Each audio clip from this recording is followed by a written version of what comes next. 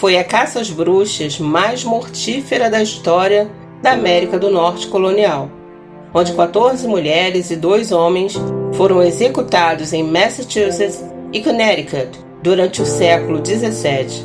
O episódio é um dos casos mais notórios de histeria em massa na América colonial. Tudo aconteceu entre os anos de 1692 e 1693 na província colonial de Massachusetts, mas a história começou muitos séculos antes. Por volta de 1300, a bruxaria começou a ganhar terreno na Europa. Muitos cristãos e outros crentes defendiam que o diabo conseguia dar poderes a certas pessoas, permitindo-lhes lançar feitiços contra outros e amaldiçoar quem as rodeava. Vários temiam estas bruxas, outros pediam-lhes auxílio para se vingarem dos seus inimigos. Numa Europa profundamente devota e temente a Deus, a ideia de certas mulheres serem possuídas pelo diabo e andarem a espalhar o mal era totalmente inconcebível. Daí que a mínima suspeita de envolvimento em atos de bruxaria, a condenação à morte era o mais comum. E de acordo com a revista do Museu Smithsonian, centenas de pessoas foram queimadas vivas, enforcadas ou executadas. A vinda desses refugiados gerou um clima de desconfiança em Salem. As famílias da terra, que viviam da economia gerada pela Bahia, não queriam ver-se envolvidas com os que tinham acabado de chegar e que se dedicavam principalmente à agricultura. Além disso, a nomeação do reverendo Samuel Parris em 1689 como ministro puritano de Salem gerou alguma controvérsia. Muitos não gostavam do reverendo, descrevendo-o como uma pessoa rígida e avarenta. Os habitantes daquela vila começaram a encarar as mudanças negativas que surgiam nos últimos tempos como uma obra do diabo e temeram o que ainda estaria para vir.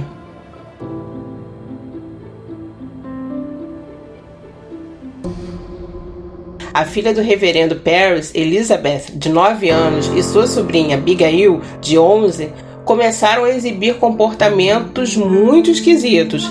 Gritavam, atiravam com vários objetos, faziam sons esquisitos e se contorciam de uma forma muito peculiar.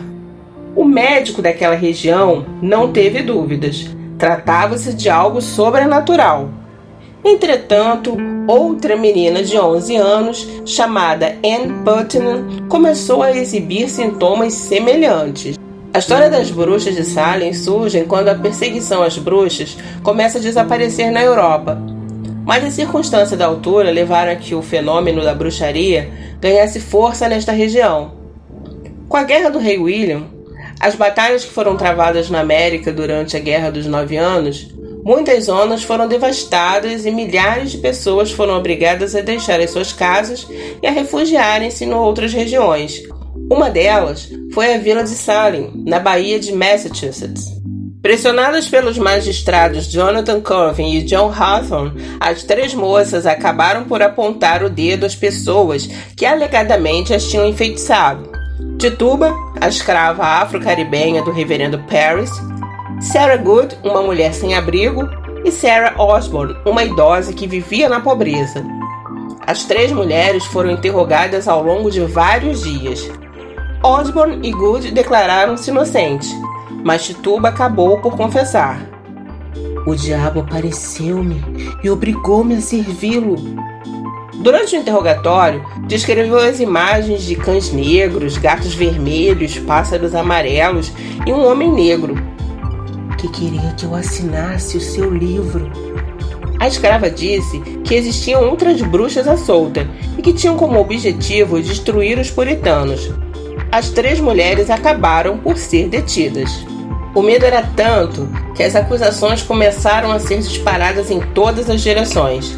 Martha Corey, uma mulher devota e que se dedicava frequentemente a questões relacionadas com a igreja local, foi acusada pelos magistrados de bruxaria. Essa confissão em particular deixou a comunidade em pânico.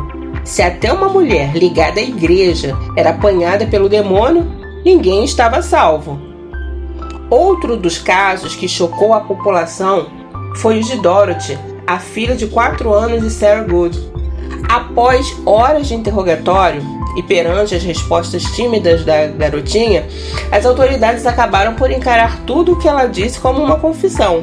Com a quantidade de acusações que surgiam, foi criado em maio de 1692 um tribunal especial para tratar desses casos. O primeiro a ser julgado neste tribunal foi, segundo a revista da Smithsonian, o de Bridget Bishop, uma mulher idosa que era conhecida em Salem por ser muito promíscua.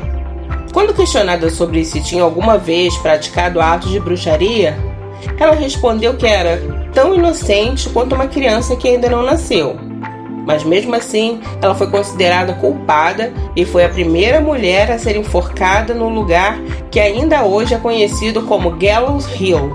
Foram 5 enforcamentos em julho, outros 5 em agosto e 8 em setembro. Ao todo, mais de 200 pessoas foram acusadas de bruxaria e 20 foram mesmo executadas.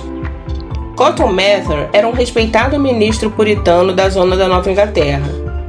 Quando aconteceram as primeiras condenações, ele decidiu intervir, enviando uma carta ao Tribunal Especial, na qual pedia que testemunhos relacionados com sonhos e visões não fossem aceitos como provas.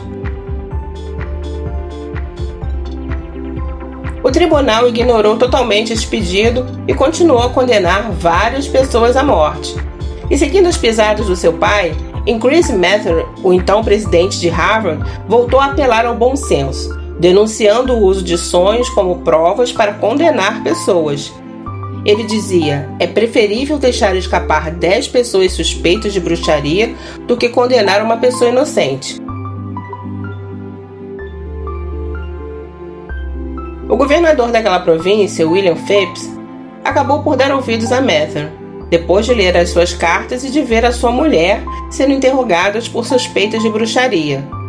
Ele proibiu a detenção de mais pessoas, libertou muitas das que tinham sido acusadas e dissolveu o Tribunal Especial.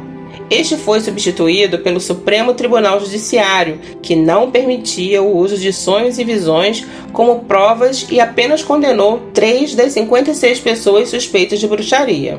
Em maio de 1663, Phips perdoou todos os que tinham sido detidos por suspeitas de ligação a crimes de bruxaria e a paranoia em torno desse fenômeno acabou por se dissipar. Mas até que esse dia chegasse, 19 pessoas foram enforcadas em Gallows Hill. Um homem foi esmagado até a morte por grandes blocos de pedra e dezenas perderam a vida na prisão.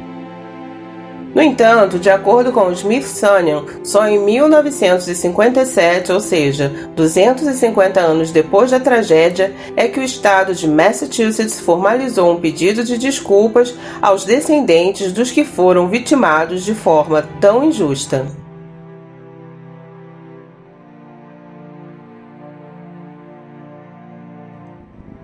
Esse é o canal Mitologia On. Se você gostou do nosso conteúdo, inscreva-se, deixe seu like e seu comentário e não esqueça de ativar o sininho para não perder as notificações dos próximos vídeos. Até lá!